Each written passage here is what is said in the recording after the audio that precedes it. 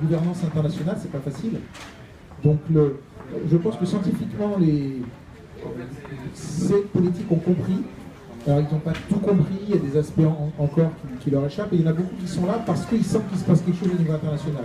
Donc il y a une pression qui vient, le fait que la Chine et les États-Unis se soient mis d'accord avant, soient moteurs, sous la pression de leur opinion, sous la pression internationale, ça c'est important. Maintenant, quand on voit un pays comme l'Inde aussi, par exemple, qui a 1 milliard d'habitants, l'Inde y arrive, mais son opinion publique n'est pas encore au même stade que celle dans d'autres pays.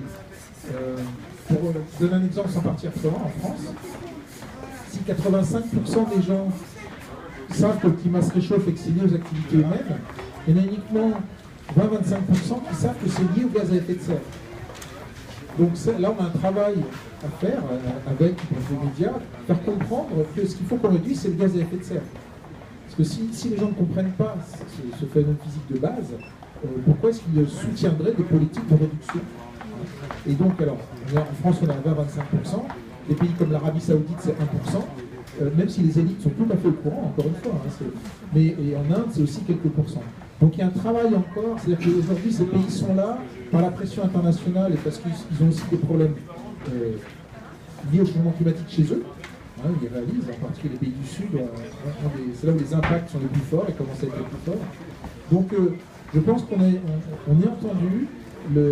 Les pays, il y a quand même 95% des émissions, des pays responsables des émissions qui ont mis sur la table le document en disant voilà comment on va réduire.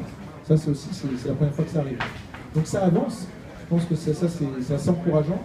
Mais c'est vraiment le lancement de la discussion qu'on voit là. La COP21, ça va être comment on se met autour de la table, on a cet objectif, comment on fait. Les 25 dernières années, ça a été de commencer à lancer la discussion. Je crois que les hommes politiques sont au courant depuis très longtemps, puisque le GIEC a été créé pour informer les décideurs. C'était son rôle premier. C'était pas du tout d'être en lien avec le public.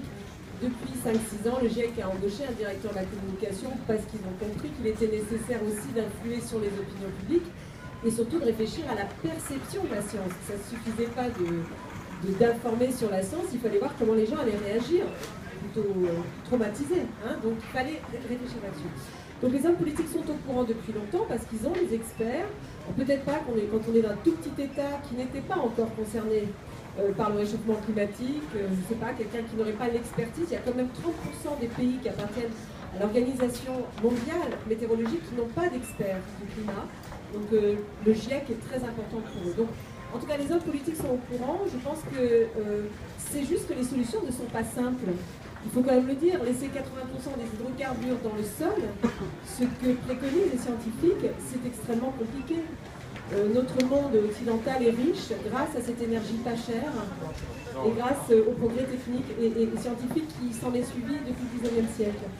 S'il y avait une recette toute faite pour diminuer le chômage tout en luttant contre le réchauffement climatique, je pense que beaucoup d'hommes politiques auraient déjà pris les bonnes décisions. Donc c'est pas pour les dédouaner que je dis ça, simplement pour dire qu'effectivement il est temps d'avoir les discussions sur les solutions parce qu'il faut en discuter, que malheureusement je pense qu'il y a du temps qui a été perdu à cause effectivement de ceux qui se sont appelés les climato-sceptiques et de la médiatisation incroyable qu'ils ont eue, parce qu'à nouveau nous sommes tous des négateurs, nous avions tous envie de croire que ça n'était pas vrai. Mais comme dit très bien, effectivement, mon scientifique de frère, si un scientifique avait découvert que ça n'était effectivement pas dû aux activités humaines, je pense qu'il aurait fait sa publicité sans problème et qu'il n'y aurait pas eu ce consensus-là. Il aurait, s'il avait pu prouver. Malheureusement, le GIEC n'a pu prouver que c'était uniquement dû aux activités humaines, en tout cas cette accélération de la. Alors sur les solutions,